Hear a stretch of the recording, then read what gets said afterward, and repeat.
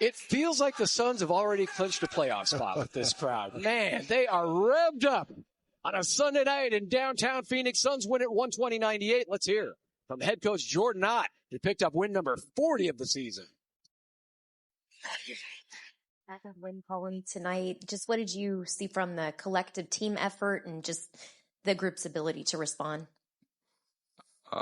It was just our intent right from the get-go, our defensive physicality. They're great in transition, and then a really good driving team with great size. So had to withstand that first bump. Thought we just collectively had a mentality to find a way tonight. And then once we got to the end of the first quarter, they reminded each other what the second quarter was last night. Get to halftime, remind each other how that road trip went.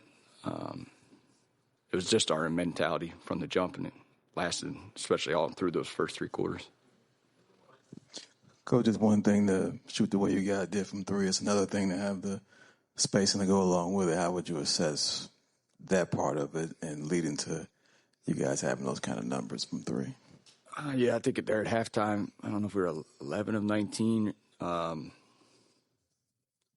Can't believe in shot quality on the nights when it doesn't go right. They're not believing it when it goes right. So we definitely got a couple bounces there early. And I did think with the way we were able to move it, they're big. They're a big physical defensive team. So try to get out in transition. I thought early we got their 5-man on their perimeter a little bit, put them in some tough spots, just with our overall movement.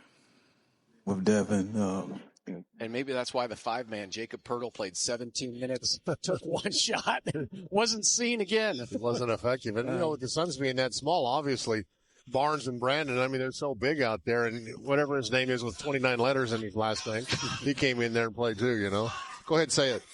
Mamushkelishvili. Oh, there it is. I'll stick with Jakob Poeltl. Poeltl. Yeah. Poeltl with no R. and you talked about Coach Ott in the first half. This team was dialed in, and he was locked in. Oh, my goodness, he was so dialed in. I've not seen him be irritated or intent, if you will, because that's the word of the day coming from him. But they were intent, and he was intent. He wasn't letting one possession go by without being intent. And the game plan for tonight was amazing. Yes. The Raptors, big, long on defense. They switch a lot. What's the best thing you can do against switching? Hit some threes, 11 and 19 in the first half, and that just opens up everything else because then they have to change, and now you get to what you do, which is turn them over and run, and that's what they did. Colin started the three-point party early, and it just kept going in the first half. And they pounded the Suns in the paint in Toronto. Not so bad tonight as the Suns win in blowout fashion. BMW first half highlights. Here we go. Colin and the Suns start the three party. They knock down 11 big shots in the first half. It's so nice to see that first one go in like that. Before I get down to my seat from the pregame show, we've already got a couple threes going. Just absolutely love that. We showed his only hoop. It was. He made the highlights. Yeah, we'll talk more about Colin, by the way, as he pursues Quentin Richardson for the Suns' all-time three-point hit lead in one season. 3-pointers in one season, then out on the run. There he is, free-flowing Rasheer. And that was great back-to-back plays by the Rough. Smallowatch steps up, knocks down a three. Rasheer with the steal and the and one. He had some really great minutes in the first half. Tell you, Book was looking for that three, too. You see it right there, and he was not being bashful at all tonight. He was going to make them pay, and I think the team took out a little of their frustrations on the last 5 games in this one here tonight. Suns were up by 18. The Raptors went on a 12-0 run, but the Suns were right there to answer. Everybody was getting really tense when they cut the lead to 6. But then the Suns would wind up still being up 18 at the break. Look at that spin move by Goody. It's swatted, but there's Oso scooping it up and putting it home. That was a beautiful move to get swatted. You hate to see that right there. So the Suns up 18 at the half. GCU's second half highlights coming your way. Book scoring and doing the dishes. The assist to Goody and to Oso coming up. Yeah, this is what Book does. He draws such a crowd. Everybody's got their eyes on him trying to stop him. They know he's the man and they got to slow him down, but get it all. There's my guy. There's my guy. His best friend go. That's my fishing buddy. Oh, what a pass that was. Left-handed, reach around, like they used to teach in, junior high. Right? Seven Right. assists for Jalen Green, 6 assists for Booker. Suns were spreading, and then you look at the rebounding too. I mean, Goody had 7 boards, Oso 7, Malawach and Fleming all with 7 rebounds. They took care of business. Well, it has to be by committee when you have a smaller lineup out there, but everybody out there had, they were just so intense and everything, and that was a heck of a shot. Jalen had to laugh at a couple of the shots. He was even surprised that one went in. with all that English on it, and that one right there, he got his hand hit, but it went in. Oh, yeah, man. Those back-to-back buckets by Jalen and Booker. Suns humping in the points. They build a 30-point lead in the third quarter. They're up 28 after the period. Here it is. Here it is. Farmer. Oh, man. So what do you think? What do you think, Frank? They said to Mr. Bouvier when they got in the locker room. Negative aura farming. Minus 10 points. Oh, man. There's got to be a aura leaderboard somewhere. Yeah. That's funny. I mean, that's our new thing now. And the reaction we got from Ryan Dunn when I actually brought it up, like, what does that old guy know what we're doing down here with the aura farm? Well, that's right. We had the chemistry test, but that's funny stuff, man. He was like, oh, man. Yeah. And he knew exactly where that came from, too. I mean, these guys are so tight in the locker room. He's like, that must have been Oso and Colin. You were talking to them. Because, they're doing the impersonations in the locker room and not just in front of the camera with us. But you doing that interview and doing that segment, I mean, it's just so nice to get to see them off the court and how they interact with each other. And Frank, did you get to see it? Did you see it? Yeah. Yeah. That whole thing when he said, "Don't overthink it," I'm really mad. I'm really mad. Oh, great! It just shows the personality. Yes, yeah, and you love to see that. Yeah, that's when you break out stuff like the chemistry test because they have guys that have true chemistry and are genuinely good dudes. More to come on Suns post-game time. Suns in a blowout over the Raptors. We'll talk about Colin's pursuit of Quentin Richardson and TC's top 5 still to come here from downtown Phoenix. Bouvier better be in it.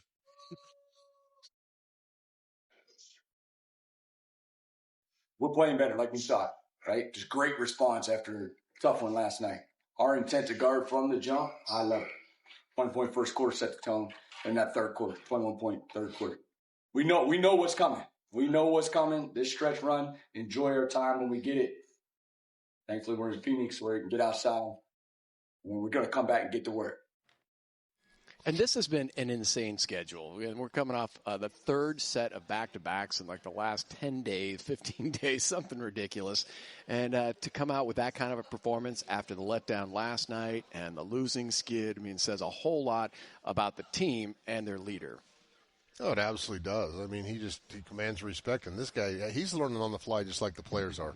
I mean, he's out there, Frank. I'm telling you, I'm watching this guy, and he is trying to do everything humanly possible and take it to different directions because you can't have a coach with the same message all the time. You've got to get to people in different ways. Yeah, and this is the grind time of the season, too. Like, you're gearing up for a play-in, playoff run, whatever it's going to be. These are the tough parts of the year as you finish, but the great part about it is what's coming next. You're not out of it. These last 10, 11, 12 games, you're not playing for nothing. You're playing for something. Sure. Mm-hmm. So you can tell his intensity because he knows what they have to do to get to where they need to go. And what might be next for Colin Gillespie is passing Quentin Richardson on the Suns' single-season all-time three-point hit record.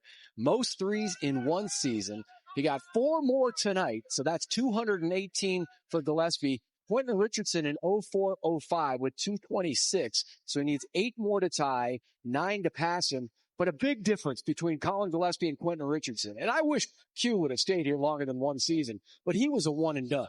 Colin Gillespie is not a one and done with this Suns franchise. No, there's a couple of guys that aren't one and done that need a contract for next year, but I just love the intensity. That guy is he's a stud. He really is. Yeah, you see Grayson Allen on that list as well. He's been out. Again, the Suns without 6 major players in this one. And it's going to be interesting, as Coach talks about, shuffling the deck in the final 10, 11 games of the season when all these guys start coming back. Well, I know Coach Ott well enough now that who's ever playing well is going to play at the end of the games. And it's going to be a matchup thing as well, whoever can guard somebody, stay in front of anybody. But he's got a lot of options because now the way Goody's playing and the way Ryan's playing, the way Oso's playing, Malawach, Rasheer, those guys weren't really in there that much. And now they're the mainstays. Well, as your rotations tighten up, too, to once you get closer to that playing game, you're going to know that you have guys that are ready to play. And that gives a coach a lot of confidence, too, because it's like, hey, we're in a playoff game. Things aren't going well. I can try to throw one of these guys out there and see if they change the energy of the game and give us a boost. So it's good that they're getting these minutes, but you want your guys back. And that's where Coach Ott, with the bond and the respect that he has gained from his players, can make those difficult decisions and not lose players in the locker room right now. There is so much respect for him. When we come back on Suns post-game time after the big win over the Raptors, we got TC's Top 5, and we'll take a look at the Nuggets, who are here on Tuesday.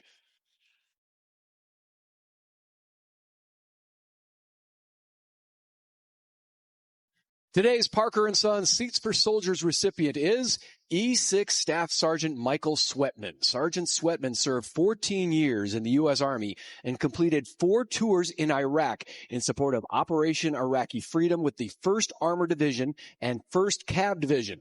His honors include the Combat Action Badge, 5 Army Achievement Medals, 4 Army Commendation Medals, the Global War on Terrorism Medal, and the Iraq Campaign Medal. Parker & Sons, Arizona's Family Sports, and the Phoenix Suns would like to thank E6 Staff Sergeant Michael Sweatman for his service. And we are off to TC's Top 5 after the Suns win it 120-98 over the Raptors. Let's start with Shear. Tell you what, there's a bunch of plays, and I love them starting on the defensive end, too.